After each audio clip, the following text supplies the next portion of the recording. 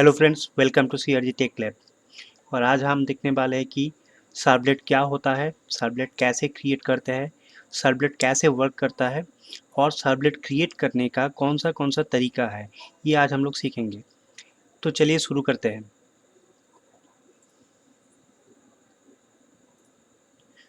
So what is servlet? What is servlet? तो servlet क्या है?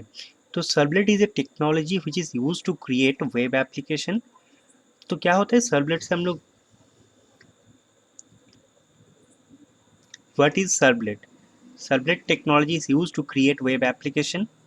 Servlet program reside at server side and creates dynamic web pages. Business logic is implemented using Servlet. तो basically Servlet क्या होता है? Servlet एक server side technology है और इससे क्या होता है, वेब एप्लीकेशन बिल्ड होता है।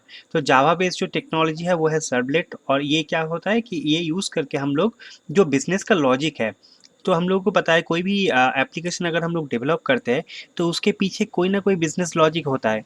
कैसे डेटा फ्लो होता है, कैसे डेटा स्टोर होता है, कैसे डेटा अपडेट होता है, ये सारे चीज़ ही क्या होता है, ये बिजनेस लॉजिक होता है। और इस बिजनेस लॉजिक को हम लोग क्या करते हैं, सर्वर साइड जो टेक्नोलॉजीज होते हैं, तो वो सर्वर साइड टेक्नोलॉजी से हम लोग इम्प्लीमेंट करते हैं।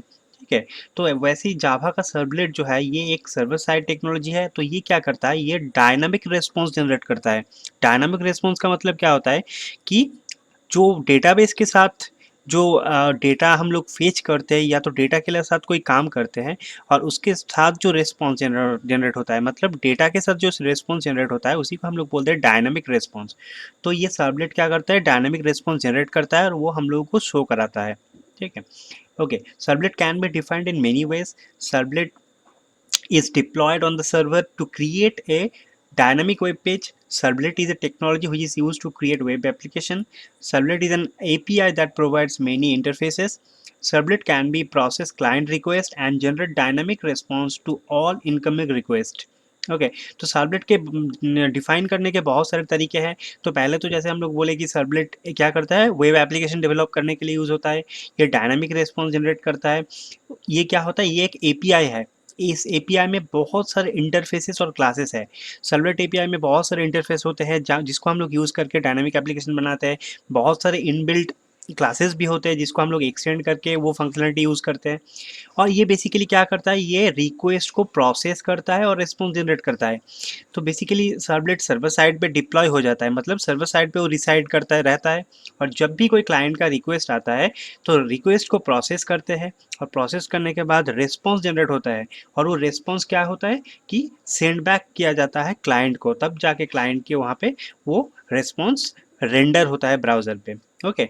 और ये सर्वलेट जो हम लोग क्रिएट करते हैं, तो सर्वलेट के बहुत सारे क्लासेस हैं और इसके इंटरफेसेस है। कुछ पॉपुलर इंटरफेसेस जो है और क्लासेस है वो है servlet, generic servlet, HTTP servlet, servlet request, servlet response, etcetera.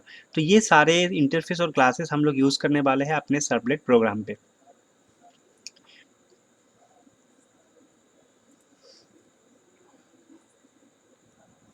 How web application works. तो जैसे हम लोग सर्वलेट के बारे में डिस्कस कर रहे हैं, तो यहाँ पे एक बात आता है कि वेब एप्लीकेशन कैसे काम करता है।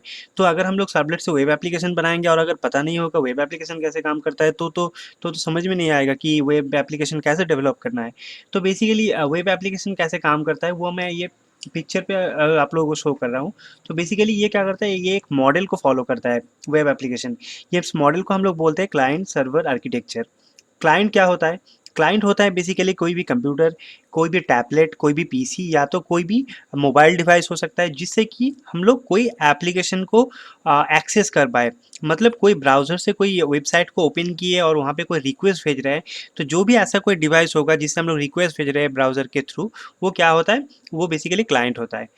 और सर्वर एंड पे क्या होता है, सर्वर एंड पे बेसिकली हम लोगों का डेटाबेस होता है, और सर्वर साइड जो टेक्नोलॉजीज होते हैं वो प्रोसेस करता है क्लाइंट का रिक्वेस्ट को, वो सारी चीज़ होते हैं।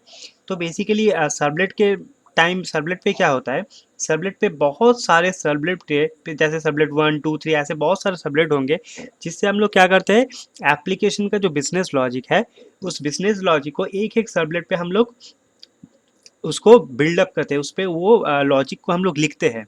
ठीक है। थ्रू प्रोग्रामिंग करके उस पे हम लोग लॉजिक लिखते हैं।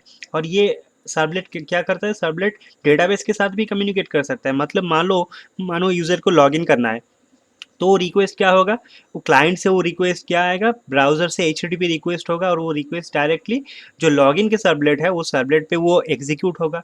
और ये एक चीज़, ये सर्वलेट सारे जो है ये एक वेब कंटेनर पे रन होता है। वो वेब कंटेनर सर्वर साइड पे रहता है। ये वेब कंटेनर पे जिस सर्वलेट को रिक्वेस्ट किया गया है उसी सर्वलेट को प्रोसेस किया जाता है। और अब यहाँ पे मान लो हम लोग लॉगिन कर रहे हैं, तो लॉगिन पे हम लोग फॉर्म पे आईडी और पासवर्ड कुछ दिए हैं, तो उसी आईडी पासवर्ड को क्या करता है ये सर्वलेट, लॉजिकली चेक करता है डेटाबेस के साथ कि यहाँ पे वो आईडी और पासवर्ड मौजूद है कि नहीं, और अगर मौजूद है तो पासवर्ड सही है कि नहीं। अगर सब मैच हो गया तब क्या करता है सर्वलेट हम लोग को होम पेज पे लेके आता है। और अगर हम लोग का आईडी पासवर्ड गलत हुआ तो वो क्या करता है हम लोग को फिर से लॉगिन पेज पे रिडायरेक्ट करता है विथ एरर मैसेज। तो ये काम, ये जो लॉजिकल काम होते हैं, चेक करना, डेटा को फेच करना, डेटा को कंपेयर करना, इसको हम लोग किससे इंप्लीमेंट करते हैं, इसको हम लोग सर्वलेट, ये जो सर्वलेट दिखा रहा है ये सर्वर के सर्वलेट पे हम लोग उसको इंप्लीमेंट करते हैं। डेटाबेस में बेसिकली क्या रहता है, डेटा रहता है। वो डेटा क्या करता है, ये सर्वलेट डेटा को कंज्यूम करता है, इसको अपडेट कर सकता है, इसको डिलीट कर सकता है। तो सारे डेटा का काम जो है वो सर्वलेट से होता है। और ये पूरा चीज़ क्या होता है, एक वेब कंटेनर पे रन होता है जो कि सर्वर्स का एक पार्ट है।